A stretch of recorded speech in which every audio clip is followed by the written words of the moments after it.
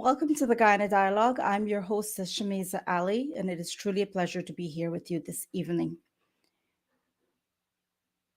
Tonight, we have a very important topic that we will discuss. Please welcome Dr. Tara. Thank you very much.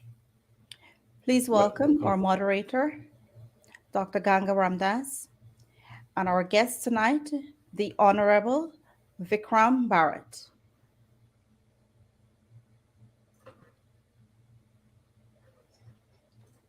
Thank you. Dr. Tara, please go ahead. Yeah. Okay. Good evening and welcome, Honorable Minister. Thank you very much. We're sorry for the slight delay in the beginning. There were some technical difficulties which had to be resolved. I also want to welcome my colleague, Dr. Ganga Ramdas, and we expect Professor Mahin to be here shortly, and of course our host, Shamiza. Minister, thank you very much. I know you're very busy. And before we start, I just said there were two pieces that appeared in the public domain in the newspapers this week, I believe. One is the revolving fund for the forestry sector of $900 million. And the other is you made a statement said that the government is now giving out most of the logging concessions to small owners. So if you care to comment on that before we start.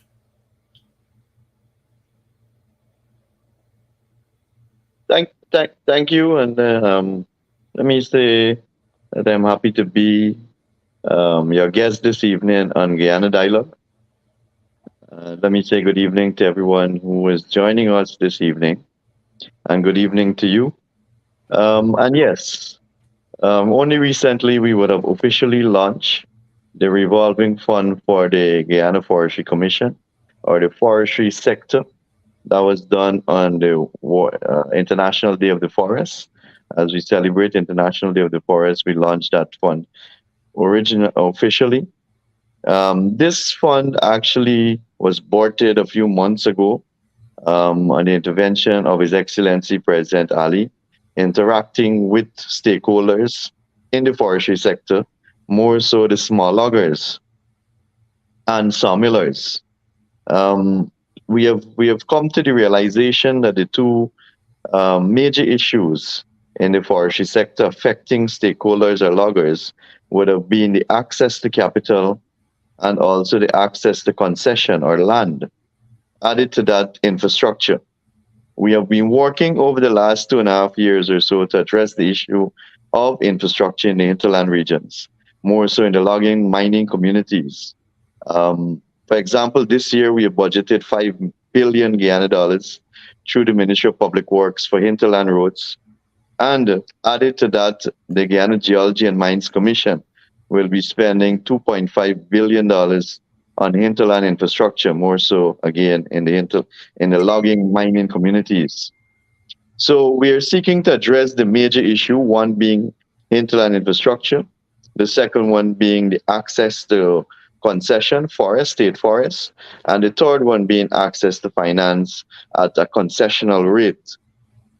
Through the intervention, as I mentioned, from His Excellency, we would have managed to get the private sector on board through the Demerara Bank, of which we would have established a revolving fund of $900 million, putting together a contribution of $300 million from the government and $600 million from the Demerara Bank at a very, very concessional rate of 4%, a maximum of 4%. So this now gives small loggers, especially, the opportunity to access finance that was badly needed to invest in the sector, because I think you're aware that when we took over the forestry sector in August of 2020, the Guyana Forestry Commission was basically bankrupt. Bankrupt in a country that is covered, 87% of Guyana is covered in forests, with over 1,000 different species in our rainforests, over 95% standing virgin forests, and still we had a forestry commission that was basically bankrupt, with many of the international investors moving away from the sector, driven away from the sector, and the small loggers suffering considerably. So this fund will actually help the small loggers to go back into operation, some of them who are not yet into operation, and to help the others to expand in terms of their production, because the demand is very great right now in Guyana, as you would imagine, with the housing boom, with the oil and gas sector and the spin-off from the oil and gas sector. There is tremendous demand for building material in Guyana right now, wood being one of those main building material that is required. So this will help us to boost our production, especially among the forestry associations in Region 1, Region 2, Region 10. Also, the fund is available for entities wanting to engage in value-added products, because we need to, at some point in time, move towards value-added and minimize the exploitation of raw timber or logs. We have always been doing this. We have always, for decades, been exporting primary products. In the logging sector, we export logs. In the bauxite sector, we export the raw ore. Gold, we export the raw gold again. In agriculture, we export the primary products.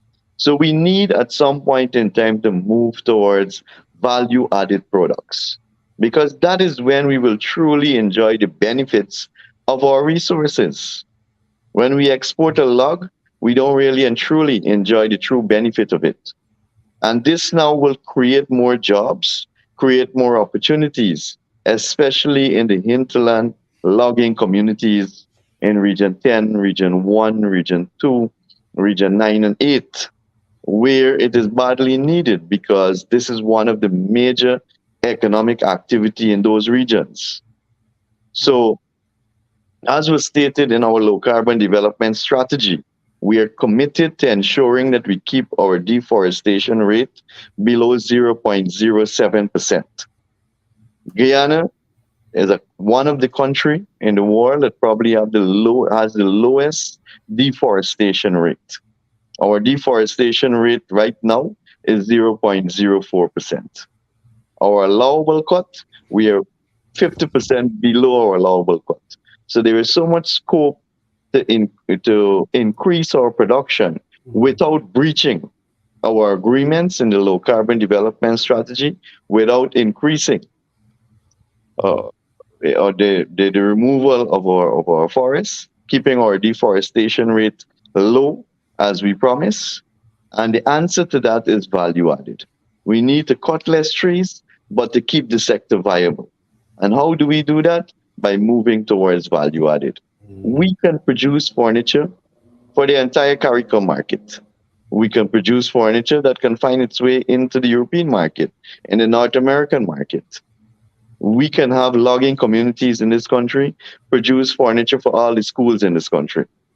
That is the kind of potential that we hold, but we have never moved towards realizing that potential, mainly due to some of the challenges, and one being the access to finance. And this revolving fund will address that issue, assisting small loggers and those desirous of getting into value added to access finance at a very concessional rate of 4%. And that is the purpose of that fund. Yeah, And we are encouraging our stakeholders to take advantage of it. And you also mentioned concessions. That is another issue we are addressing. We have issued a number of concessions to small loggers, to the Logging Association, so that they can have access to state forests and they can have access to their land. We have been working too with the interland communities, the Amerindian village councils, because they too are engaged in logging, many of the interland communities, and we have been working with them too to increase their production as well, thereby creating employment and economic opportunities in the interland communities. All right, thank you very much. Do you have an idea how many people are employed in the forestry sector? Presently, I can tell you directly employed in the forestry sector, minimum of 22,000 Guyanese. 22,000 Guyanese are directly employed in the forestry sector as we speak right now. And I will say maybe the same amount or a little less that are employed indirectly in the forestry sector. Those are the ones that provide the trucking, the welding, the mechanics, the services, the fuel, So together, put together, I will say safely, directly and indirectly, the forestry sector employs maybe over 40,000 Guyanese presently. Okay, thank you. Dr. Ganga, you want to ask any question before we move on to the other areas? I just have one small question, but good evening, Honorable Minister Good evening to Vickram you. Bharrat. Nice to see you here, and my Thank you. colleagues and our honorable audiences out there. Good evening. I just one question. Maybe you might look into this. The half-year report that we have for log exports increased by 59%. So this might come in as a challenge for the value-added programs that we have to develop locally. So perhaps you can look into that, and the next time we meet, we get a feedback on that. But log exports would run counter to the value-added approach that you have outlined so eloquently. I agree with you, Doc. And what we have been doing is to revise our log export policy, and that is an ongoing process. But what happened too is that there is a special species that we call Wamara, that there was a great demand, especially in the Chinese and Indian market, that we saw many of our Wamara produce going towards those markets of recent. What we need to do too is to ensure that we create markets for value added products too, because some stakeholders need to look or need to ensure that there is a market there for them so that they can venture into the value added as opposed to exporting logs only. Mhm. All right. Let's move on to the bauxite industry. Two questions for you. Are you planning to build a smelter very soon? Secondly, what's the fate of Rusal? Are you working to revive back that operation in Kwakwani, Borbis? All right, so let me just state for the audience that we have two bauxite company in operation in Guyana right now. One is called Jinmin, or Forest Bauxite as we call it locally in Guyana, operating in the Demerara River, the Bonsika area. And then we have Bosai, of course, the Chinese company operating or that took over Lin Mine operation in Linden. So those are the two functional or operating bauxite mine we have in Guyana. Rusal was the third, but unfortunately, we knew the fate of Rusal. We knew what happened in 2018, 2019 with Rusal, and it was forced basically to close the operation or shut down the operation in the Borbis River. Um, 600 persons lost their jobs in the Borbis River. Maybe another 100 or so in New Amsterdam, who were attached to the Orlandaf truck transshipment point at the mouth of the Borbis River. They would have lost their jobs too. However, we would have held talks with the company when we took office. Unfortunately, the war in Ukraine started, and there was no advancement in terms of moving forward on the talks with Rusal. Because as you know, our audience should know that Rusal is a Russian company, Russian investor, and they would have been waiting on word from Moscow because to restart the Rusal operation will require capital reinjection into the mine. Because, for example, the pit is flooded. You would have to dewater that. You will have to ensure you have another transshipment company because Orlandaf, the German company, has left. The draft in the Borbis River also will have to be clear. So there are a number of things that you need to do to restart the Rusal operation. But of course, it all depends on what is happening in the war in Ukraine because a decision won't be made during that stage, and we're not too keen on engaging them at this point in time during that phase. But in terms of adding value again, and this is something government is very keen on, is to add value on our products and stop exporting raw materials.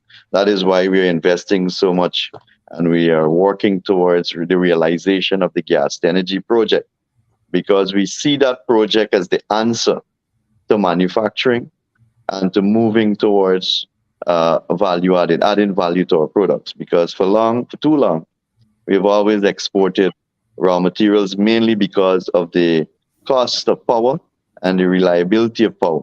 So that gas to energy project will address that issue, but I'm sure we will speak a little more about that as we go on.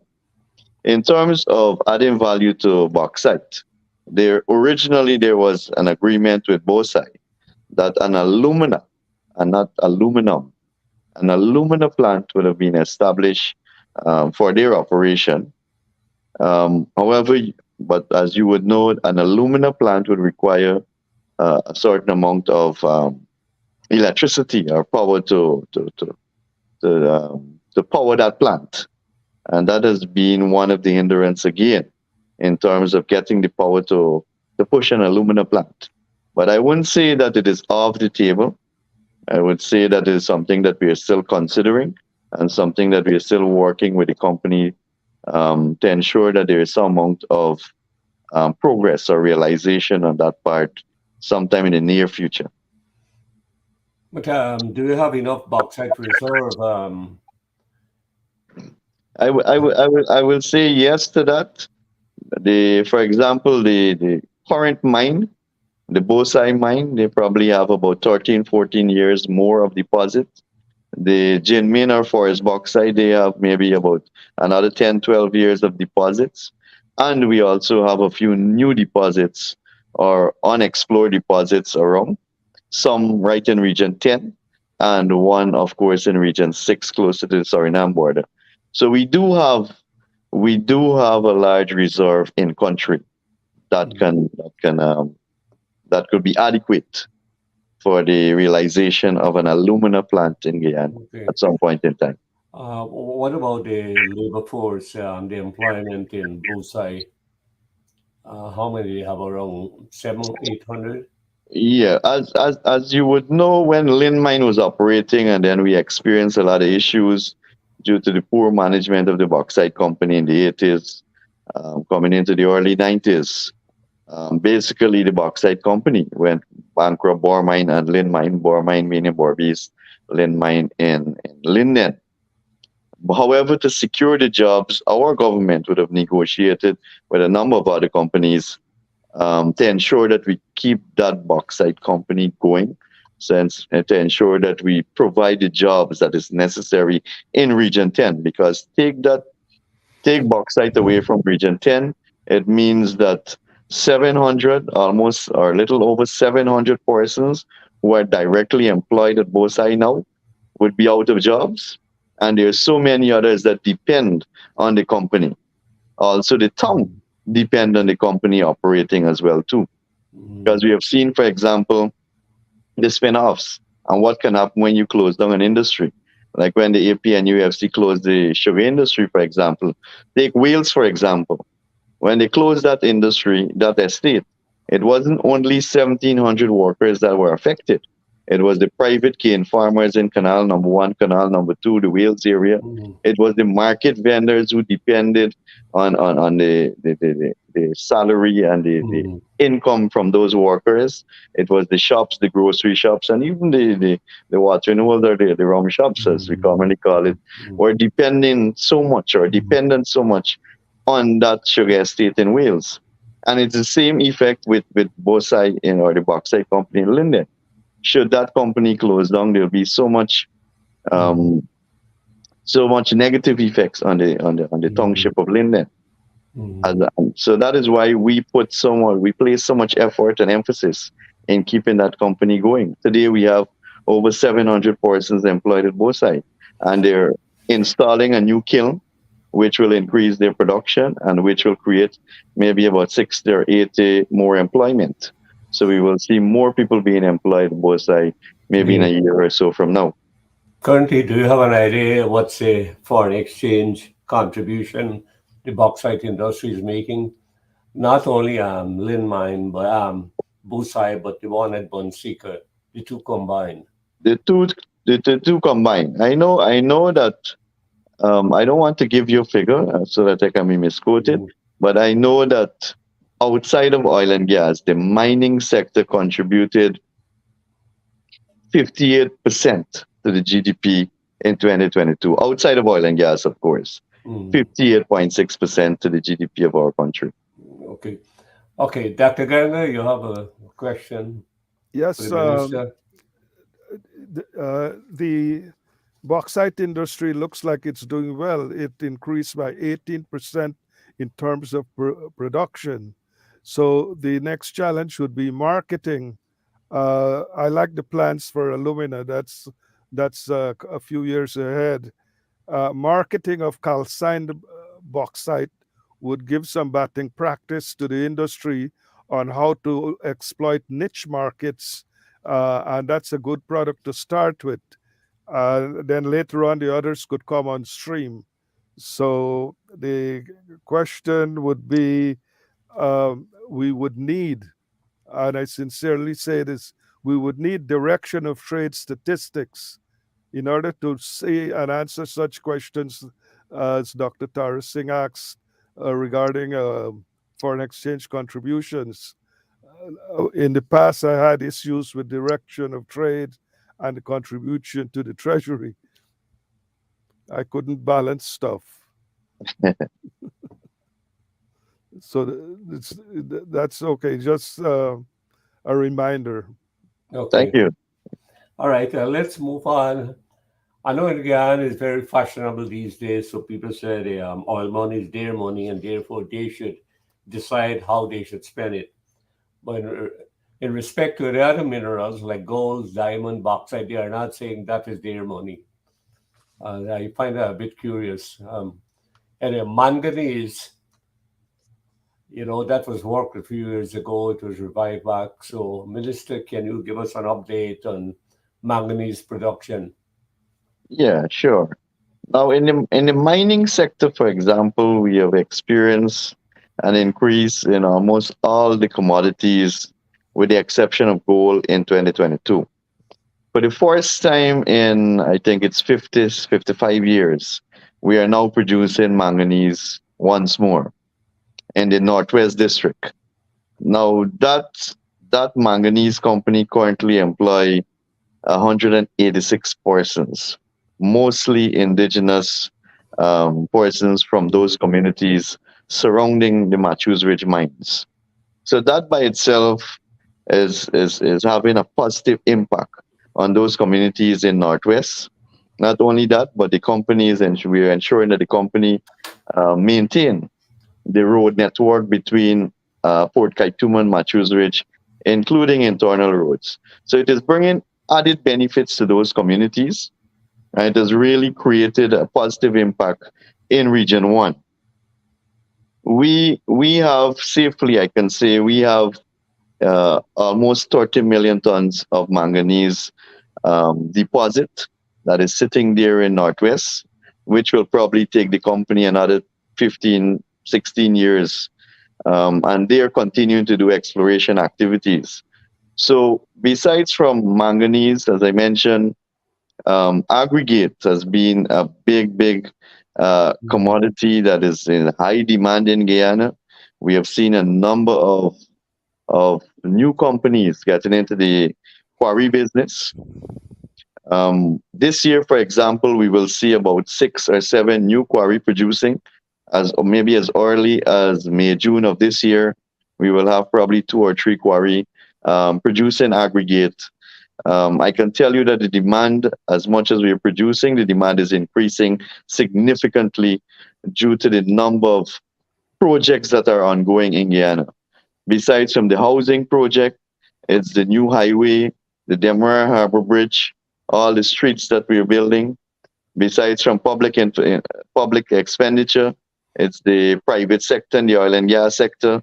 For example, there's a new shore-based facility being constructed at the mouth of the Demerara River. So there's so much infrastructural works that is ongoing in Guyana that the demand is going up almost every single day. When we took government, for example, we were producing 650,000 tons of aggregate. and that was quite comfortably satisfying the local demand. Last year, for example, we produced over 1 million tons.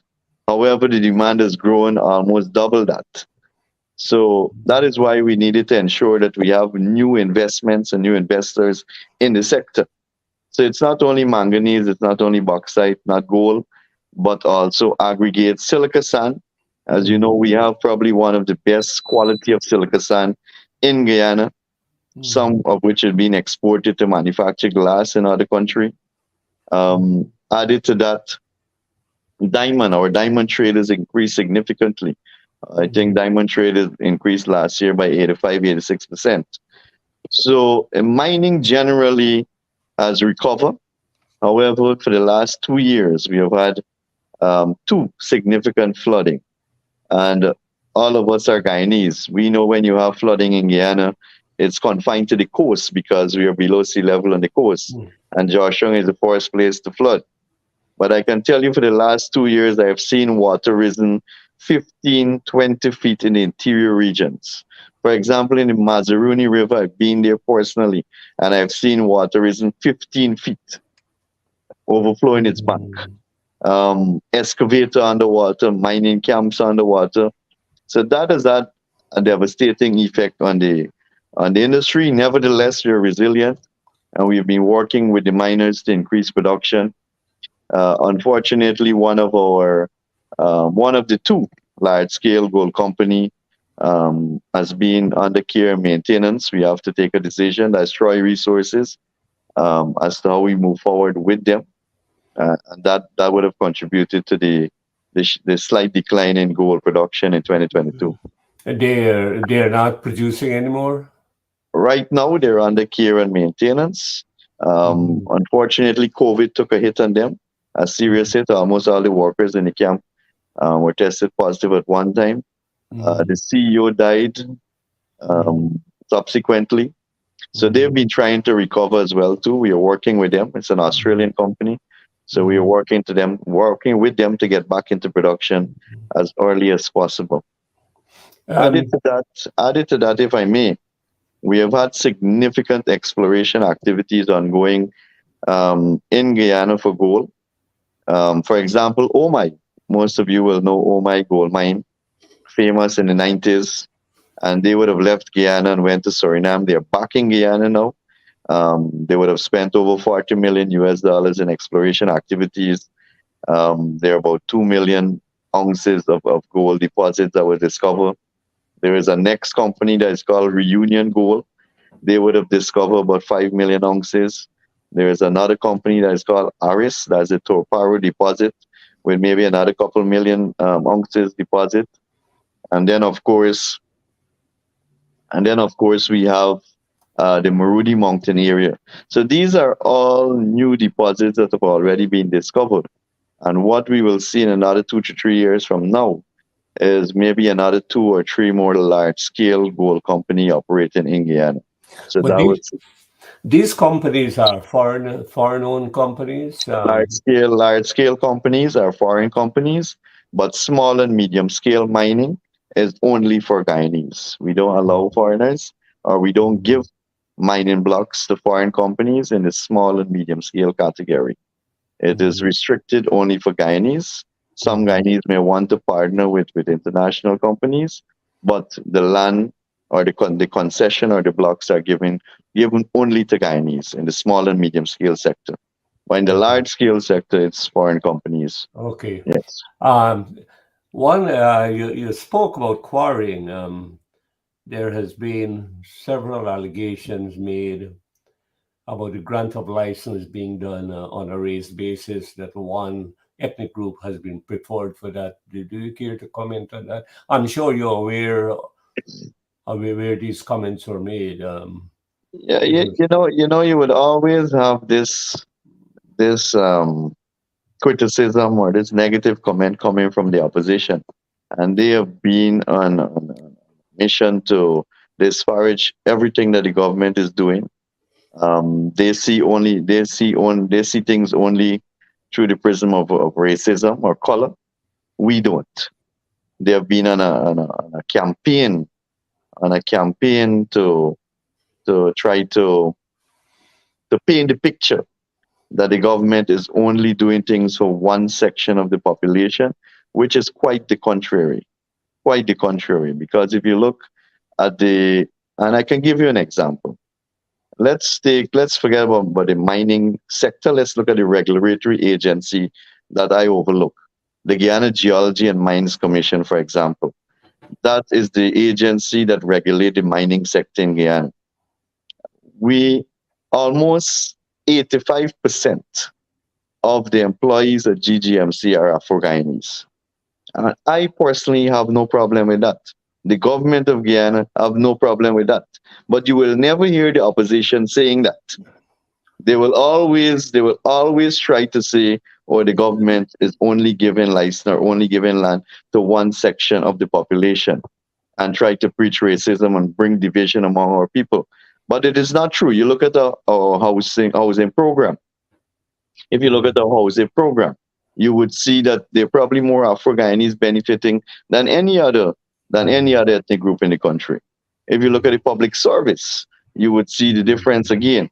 So when anyone want to make comment about race and racism, they need to be factual, and they need to really paint the true picture as to what is happening. Because our policy as a government and our program as a government is to ensure that every single Guyanese benefit. We said that when we campaigned, that we are going to use the revenue, more so the oil revenue, to ensure that every single Guyanese benefit. And if you look at our program, for example, we reintroduce the cash grant for school children, which APNU took away. We reintroduce it and we increase it. This year, every school child in our country will receive 40,000 Guyana dollars, $200. Every single school child, regardless if they're from Linden, if they're from the quarantine, if they're from the Northwest, regardless of their parent affiliation in politics or any differences. Every single school child, be it in private school or public school. We increase the old age pension. Every single pensioner is benefiting again. So our programs and policies are geared towards ensuring that every single Guyanese benefits. Every single Guyanese. All right. Thank you, Minister. Dr. Ganga, any question on that? Well, in the spirit of value added in the mining sector, there is an abundance of opportunities for entrepreneurs. So, for example, I think I read that manganese is a component of rechargeable batteries. So those who were complaining that they couldn't do mining, they could get into the value-added stream. Also, the terrazzo tiles for flooring can use some of the stones that we have in various places. So those are opportunities that needs to be taken care of through the value-added process and so on. So that's just a comment. And Doc, you're correct. Mining is actually here to stay. I can say that.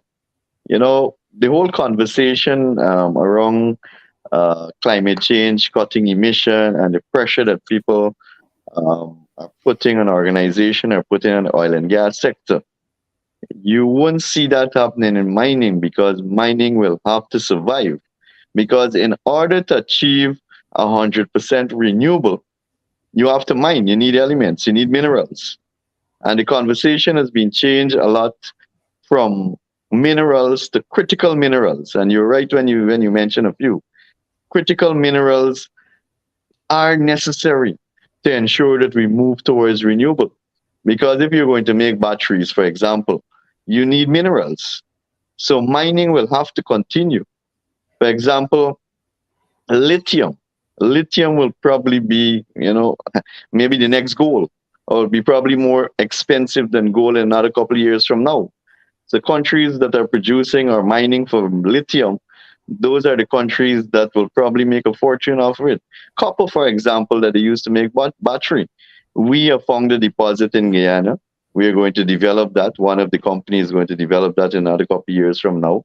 And we are welcoming investors to do exploration for lithium and other critical minerals, because these minerals are needed for the world to achieve its target of 100% renewable by 2050. So mining will continue. Right. That's a very good point, Minister. The value of the end product that you produce, let's say a battery, not lithium, but either copper or manganese component battery, those products are high valued. And if they're high valued, this industry would be sustainable in the long run. Correct. Mhm. All right. Thank you, Minister. Now, let's move on to the gas to shore project. If you can give us an update on that, if it has started, speak in terms of the LNG plant as well as a new power grid that's going to be established at Wales. Yeah, sure. Now, the gas energy project, I think the last time I was on the program, and whenever I speak, I like to say it because I believe it. The gas energy project is the game changer for Guyana. The gas energy project will be the most transformational project we will ever see in the history of our country. Because we have always suffered from the high cost of electricity and the reliability of electricity in Guyana. Many of us, I'm sure, including you guys too, grew up in the days of blackouts or power outages.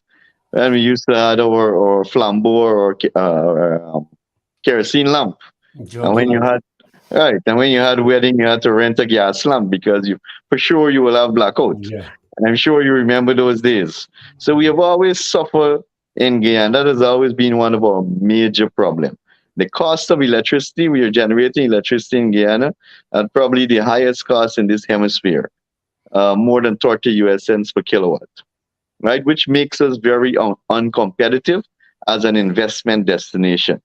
Because obviously investors look at that, especially in the manufacturing industrial sector. So we need to address that issue and also the reliability of power. So many of the stakeholders, be it in agriculture, be it in forestry, or any other sector, when you ask them or when you try to encourage them to go into value added, that is the first issue that they raise with you, the cost of power generation and the reliability of it. For example, one stakeholder in the forestry sector said, Minister, they cannot afford $1.5 million a month electricity bill to go into value added. So that is why this gas energy project is so important, because we need to build out a manufacturing sector. Build out a manufacturing sector will benefit us in so many ways. One, it creates so many jobs for Guyanese, and that is why we cite the gas energy project in the Wales area. Because I mentioned it earlier, that is the area that the estate was closed under AP and UFC. That is where the private cane farmers are out of a livelihood because there is nowhere to sell their cane anymore. And in that area, we have so many young people in need of jobs. And that is why when the opposition again criticizes us that we are taking it into Wales as opposed to keeping it at Rednoop or Ogle, we say no, that we are going to take it to Wales, even though it will cost a little more to carry the pipeline inland, because one, people are living there that need jobs. Two, the land is available. The land is available because there was sugarcane cultivation there, so that we can build out a manufacturing industrial park around that power plant. So this project in the long term is not only about the power plant, or it is not only about the NGL plant. It is about what will happen around those two plants. So that is the vision that we have to build out probably one of the largest manufacturing industrial park. Because as I mentioned, one, when you get into manufacturing, you create employment. Two, we produce our own goods and services right in Guyana. So obviously it's cheaper. We don't have to pay shipping costs and any other tax attached to it. Thirdly, we save on foreign currency because we don't have to import products. You're manufacturing it right here. The government earn revenue. And we save on the gas energy project directly. We will save on importation of fuel again because we're utilizing gas now to generate electricity, as opposed to spending maybe 150, $200 million right now on the importation of fuel so that we can fuel the generators to produce electricity right now. So there's so much savings that's attached to this project, so much opportunities that is attached to this project. And this project will, one, reduce the cost of electricity by 50%, two, ensure that we have reliable power and that we become competitive as an investment destination. We can compete with our CARICOM sister countries. We can compete with other destinations around us so that investors will see Guyana as a place to come and invest, and not only Guyana as an oil and gas country, because we don't want that image of Guyana, that Guyana is only an oil and gas country. We want to build out our manufacturing sector. And that's why His Excellency President Ali has been focusing so much on agriculture too and ecotourism, because we believe that these are sectors that will generate tremendous opportunities for our people. That is why we are focusing so much too on value added in the forestry sector. Mining, for example, that we are expanding, because these sectors we will continue to incentivize them and grow them and not to focus only on oil and gas. So that is what the gas, the energy project will help us to do as a country, Mm. to finally address that issue of cost, reliability, and in the context of climate change and cutting emission. Even though, and this is a very important point, and all of us, because we're Guyanese, should be proud of, because I go to so many conferences around the world and I sit around table where ministers of government and leaders are making commitment to get to net zero by 2050, by 2040, by 2035. Guyana is already a carbon sink country. As a matter of fact, we're a carbon negative country. And that is something that we need to be proud of. We are mining, we are logging, we are oil producing, but yet we are carbon negative. And that is significant in the whole context of climate change. Yeah. And this gas energy project will even further reduce our emission level, because we are not going to use diesel power generators and HFO power generators anymore. We're going to use gas to power the turbines, which will cut the emission significantly, even though we are carbon negative. And I want to say that this project is not in the pipeline. This project is not a plan that we have. This project is in the implementation phase already. Already, the contract has been awarded by Exxon to several companies. That is for the laying of the pipeline from 100 miles offshore in the Stabroek block in the Liza field, laying of the pipeline and bringing it straight into Wales. That those contracts have already been awarded. The What, government, the yeah, government have already been awarded two contracts. One, the EPC contract, that is for the construction of the NGL plant and the power plant. We have already awarded that contract, and we have already awarded a contract to India Engineering Limited, the project management company that will manage the project to ensure we get value for money. Those contracts have already been awarded. The early works on the site, I've been on the site myself only recently. The early works on the site have advanced significantly by Exxon and the contractors. So we'll be ready to deliver this project by ending 2024. what cost of the project? Estimated Now, cost. the cost of the EPC contract, we would have awarded a contract that is to build the power plant and the NGL plant of 759 million US dollars. And the contract for the PMC, that is the project management, of 21, if I'm sure, yeah, correct, 21 million. So those are the two contracts that we have issued to those two companies to build the power plant, the NGL plant, and the management of it. And Exxon, of course, would have issued contracts to lay the pipeline from Stabroek Block into the Wales area And we'll pay contract through cost oil. for the pipe, the infrastructure. Oh, For yeah. the infrastructure, because the gas we have Correct. entered the agreement with Exxon that the gas will be given to us, the forest 50 million cubic per day, which will flow through that pipeline from day one when the project is actually commissioned. Dr. Ganga? Yes, I would like to have some clarity on 2 points relating to the gas, to energy. The first regards the quantity of gas reserves that we have there. How, if we permit flaring, wouldn't that reduce the quantity of gas available? And secondly, the issue of free gas, it's in the contracts, I think it's section 12.1 D. There are certain requirements to be met in the contracts that you have issued. Have those requirements been factored in to get the gas free at the contractor separator facility?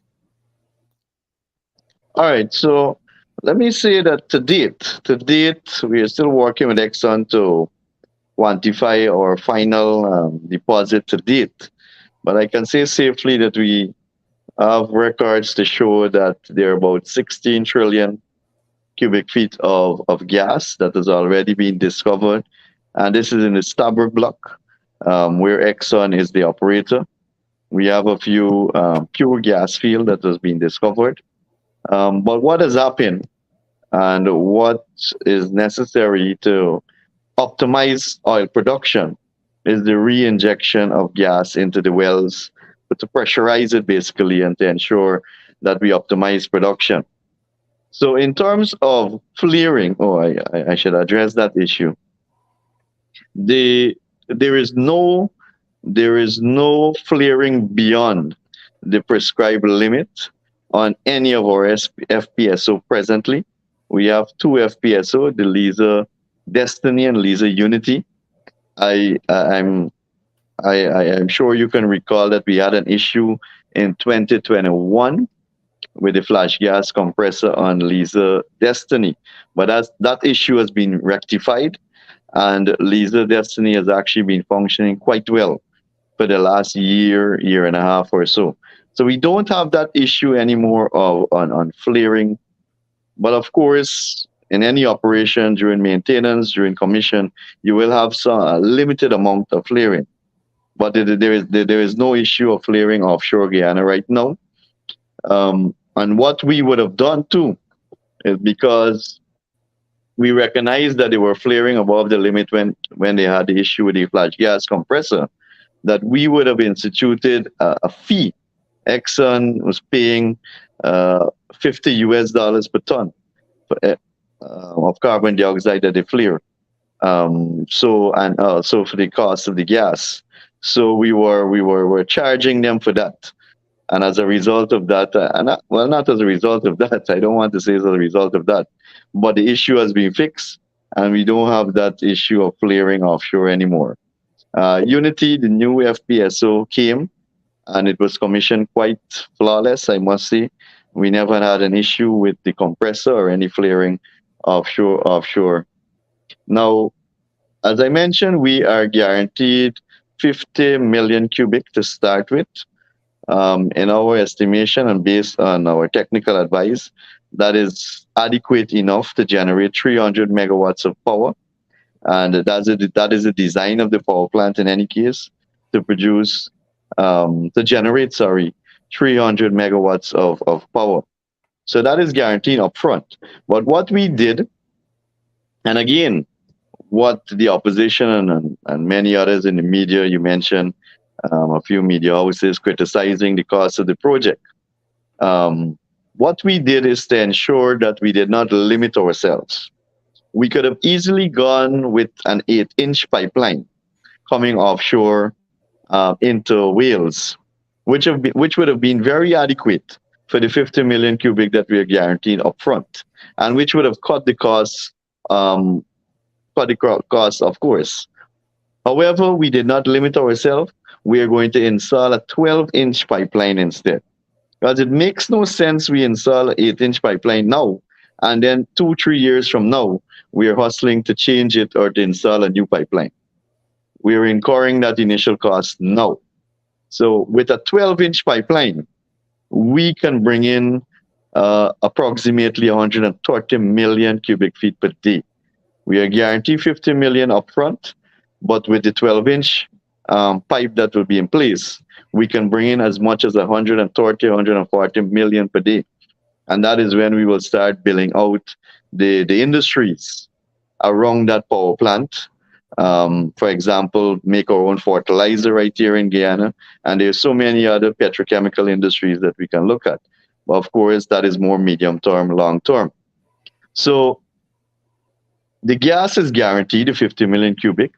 We put ourselves in a position that at some point in time in the near future, we will increase that. Working with Exxon, we will increase that beyond 50 million cubic.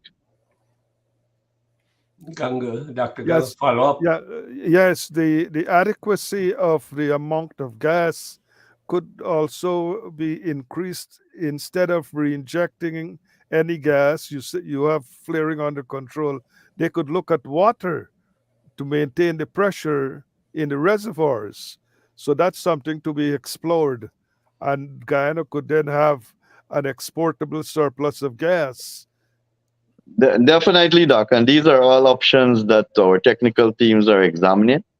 We're even examining whether it is wiser to bring the gas on shore rather than to re-inject. We are looking at the economics of it, whether the amount of oil that it will push out is worth more than the gas coming on shore. These are all options that we're looking at right now. And of course, we would have examined the issue of re-injecting water too, but different reservoir, of course, react differently. But these are all conversations that we're having with the operator to see how best we can utilize all of our reserves. Thank you. The environment assessment, was any environmental assessment done for the Wales gas ashore project? Now, yes, that has always been a big question. And it's strange that we have people now who would have emerged. Some have emerged suddenly and are proclaiming their love for the environment and how much they value the environment. But then you got to weigh this thing, huh? You got to wait. Now, we have a difficult task. It's not an easy task to balance the economics with the preservation of the environment, or balancing the development in a country with the preservation of the environment, and more so the Ministry of Natural Resources, the exploration and development of natural resources against the preservation of the environment. I will say we're doing a good job at it because our environmental credentials is probably second to none in this part of the world, mainly because of our forests. Mainly because of our forests. So we need to weigh that because there have been a few articles and a few people around who are saying that, it's not environmentally healthy to do this project, and it's not safe. Some people even say, the pipeline could blow up, and all sorts, like the gas plant and all sorts of things we hear about these projects. But then when we look at it in reality, some of these people who are making these comments, most of them don't live in Guyana. With all due respect, most of them don't live in Guyana. Many of them probably outlived their usefulness. They're probably over the hill. Forgive me to say that. But these are the people who write in the newspaper every day and criticize a project that will benefit the future generation of this country. That will benefit the future generation of this country. We have always suffered from the high cost of electricity. We don't manufacture, and I often say we sell cherry and orange to other countries, and then we buy back the cherry juice and orange juice. We don't even manufacture toothpick. And now we are embarking on a project that will change this totally. And then we have the naysayers popping up around, and with their renewed love for the environment. We are doing environmental assessment. As a matter of fact, last night there was a hearing at the EAB. The EAB had a hearing for this very project because a few people were objecting. So we give everybody a fair hearing through the assessment board, and the assessment board will come back there with their report, and we will determine how we move forward. But I'm just trying to show you how some people prefer prominence and self-aggrandization over the development of a country and the benefits for future generation to come. It's a difficult thing sometimes when you think about it, that we have to every single day. Everybody outside of Guyana can see how Guyana is progressing, but there are few in Guyana who don't see any good in what we're doing or what is happening in Guyana. But they can only see the negatives and pinpoint the negatives. We are All not right. perfect. We are not perfect. I'm not saying that we're perfect and we're doing everything the right way, but we listen and we learn from mistakes of other countries. One lady said that the power plant could blow up because it's gas, it's fuel. And that same lady drive a car around Jarshong, the car could blow up too because it's gasoline in our tank. So we gotta weigh out these things Yeah. and to look at what is more beneficial for our country and the future generation to come. That is what is important. All right, Melissa, thank you. Dr. Final comments because we're coming to the close. There is no doubt that the Honorable Minister has a major management responsibility. And to manage these big projects, we need to have open data. The data visualization that we have up online does not allow us to have production data. So this is true for oil. We don't want to be in a position with gas not to have the production data and the options to get monthly and yearly data in a timely way so we could model these things and also supply good inputs into planning and understanding of what's taking place. Both monitoring and planning would require good data. So perhaps you could install a button, a JavaScript button on the site for us to do our humble research that would benefit everybody. That, So that, that is that is an area, Doug, that indeed we are working on. There is so much data that we have released of recent, but what we are working on is to ensure that we have a proper data center, especially to manage the data from the oil and gas sector. We need to build our own data repository right here in Guyana, so that we can manage some of these things ourselves too, and also to share the information to anyone, like we did with the Natural Resources Fund, for example. Because we would have amended the Natural Resource Fund Act to ensure that anyone, whether you're Guyanese or not, you can know how much money um, flows into the Natural Resource Fund from oil revenue. Because at every lift or every million barrel that we sell, and when we receive that money, it must be gazetted. Any amount of royalty received, it must be gazetted. And the Minister of Finance has to go to Parliament and report that. There is even a jail time in the new act for the Minister of Finance if we don't do that. So it is so simple that anybody can just look at the Gazette for 2022 and you can just add up the total and you can say, you know what, this is the amount of money Guyana made from oil and gas in 2022. So we're going to move towards a system like that too, to ensure that we have been doing a lot in terms of building out the framework to manage the oil and gas sector, because when we took over, quite honestly, there wasn't anything much. And this is not politics, this is the fact. There wasn't Okay. anything much to manage the oil and gas sector. Okay. Minister, we have the program and the last comments on the oil blocks that are to be auctioned. We only have about 2 or 3 more minutes remaining. Yeah, So I realize that our time is run out so yeah. fast. Yeah, so what we are doing is that we have 14 blocks that will be up for auction, or we call it a bid wrong.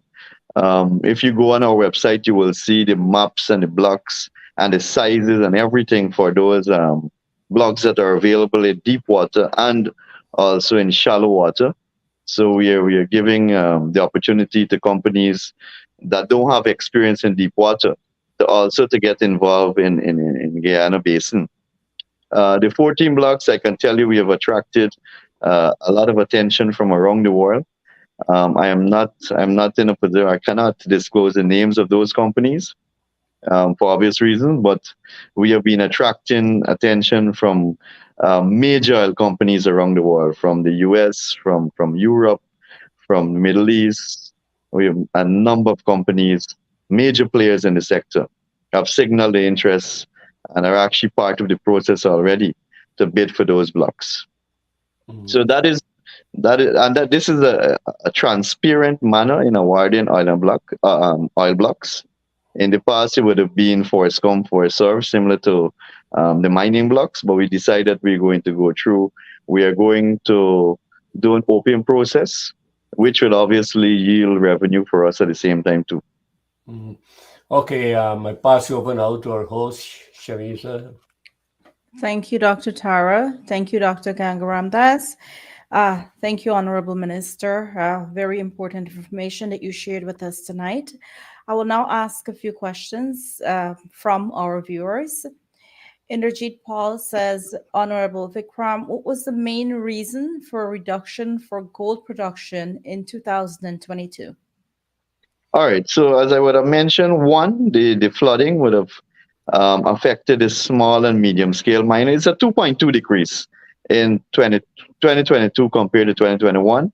And as I mentioned, one of the two major gold companies in Guyana is under care and maintenance, meaning that they would have not produced in 2022. So that is the main reason. Perfect. Thank you. And then Devi Prasad is asking if there's any improvement happening in quarantine in regards to roads, hotels, and a stadium being built. All right, so that's a good question. Actually, it's close to my heart because I'm a Borbetian. If you will afford me the time, I can go through all the developments taking place in Borbies. But I'm happy that you mentioned the stadium, which will bring a lot of opportunities to Borbetians, a lot of job creation. That stadium it's already started. The site preparation has already started. The port facility that CGX is building at the Crab Island, next to the Borbies Bridge, that has restarted. There's a new contractor that is working there right now. The CGX is drilling in the quarantine basin. That is the oil company. They're drilling the second well in the quarantine basin. And I am positive and I am hopeful that we will have a discovery.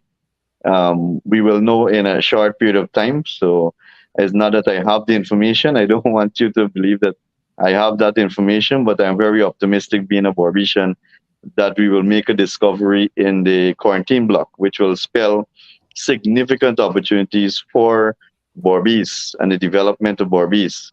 Also, the bridge to Suriname, that is a project that is advancing together with Suriname, and that will bring significant opportunities for Region 6, as you know. The Palmyra area, however, will be developed into a major commercial area. And you mentioned hotels. I think there are about 1 or 2 hotels that is built to go in the Palmyra area. Already a call center is being built there that would employ a few hundred young people in Borbies. Her Excellency First Lady is building the business center for the physically challenged people right at Palmyra. And also the hospital will be built there too. I think the signboard is already there. If you went to Borbies, Shamizi, you probably saw it next to the stadium. So there are a number of major business entities that we built out in the Palmyra area because you recognize that as a hub. Together with the oil exploration, the port facility, the refinery, that's one of the areas that we identified to build a refinery is the Crab Island Borbies area. Also on government spendings, we have already started the project to widen the highway from New Amsterdam right up to Molson Creek, going to the bridge to Suriname. We have already started that project started with moving the utility back so that we can widen the road and to recap the entire highway from New Amsterdam right up to Molson Creek. Also, we would have built 2 farm to market road, number 52 village, number 58 village, which has opened up a lot of farmland and create access, not only for farmers, but the fisher folks, the fishermen also are utilizing that road. And when Guyanese come from the US, you want the brackish water shrimp, the red shrimp as we call it, or the quarantine shrimp. That's a major project ongoing in Borbies. And Guyanese love the Hassa and the Huri. That is also two major projects ongoing in Berbice. And with the hemp legislation that was passed in Parliament recently, and the plan to cultivate hemp in Region 6 and 10, that also will bring opportunities. Added to that, the Rosal Sugar Estate will start producing this year again. Remember that estate was closed under the AP and UAFC. We have reinvested in that estate. We have reemployed a number of people, and that estate will start producing sugar once again in 2023. The Mara area, the East Bank Berbice area, that was an area where we saw an exodus of people moving away from that area. It was mainly farming. People moved because of the condition of the road, the lack of access to basic facilities. We have changed the situation. These Bank Berbice, the road is, you can actually drive straight into Mara Trait, for those of you who know the area, with a car. That is how good the road it is right now. So many people are going back into farming, large scale farming, in the East Bank Berbice area, Mara, Platanka, Lightong, Catbrat, all those areas, and also cattle rearing. So it's not only one part of Berbice, it's the entire stretch, running from Mara right up to Molson Creek, right into Oriala Sipruta. And there are much more developments that will take place in Berbice as we move forward, of course. Maybe we on a next segment that you're on, we can do a total, you know, information on what's going on in Definitely, because Berbice. I'm always excited to speak about Berbice because I am a Berbician. Perfect. And maybe next time I'm in Guyana, we can explore Berbice a little bit and I can document it as well. Definitely. Rajendra Singh, and this is the last question we're going to take tonight, it says, are there any explorations for other minerals in addition to the ones you mentioned? Well, we have, as I mentioned, we have gold, we have diamond, the significant exploration. We have some of the major, for example, the biggest Canadian gold company is in Guyana right now, Barrick Gold. But we are looking at copper, as I mentioned.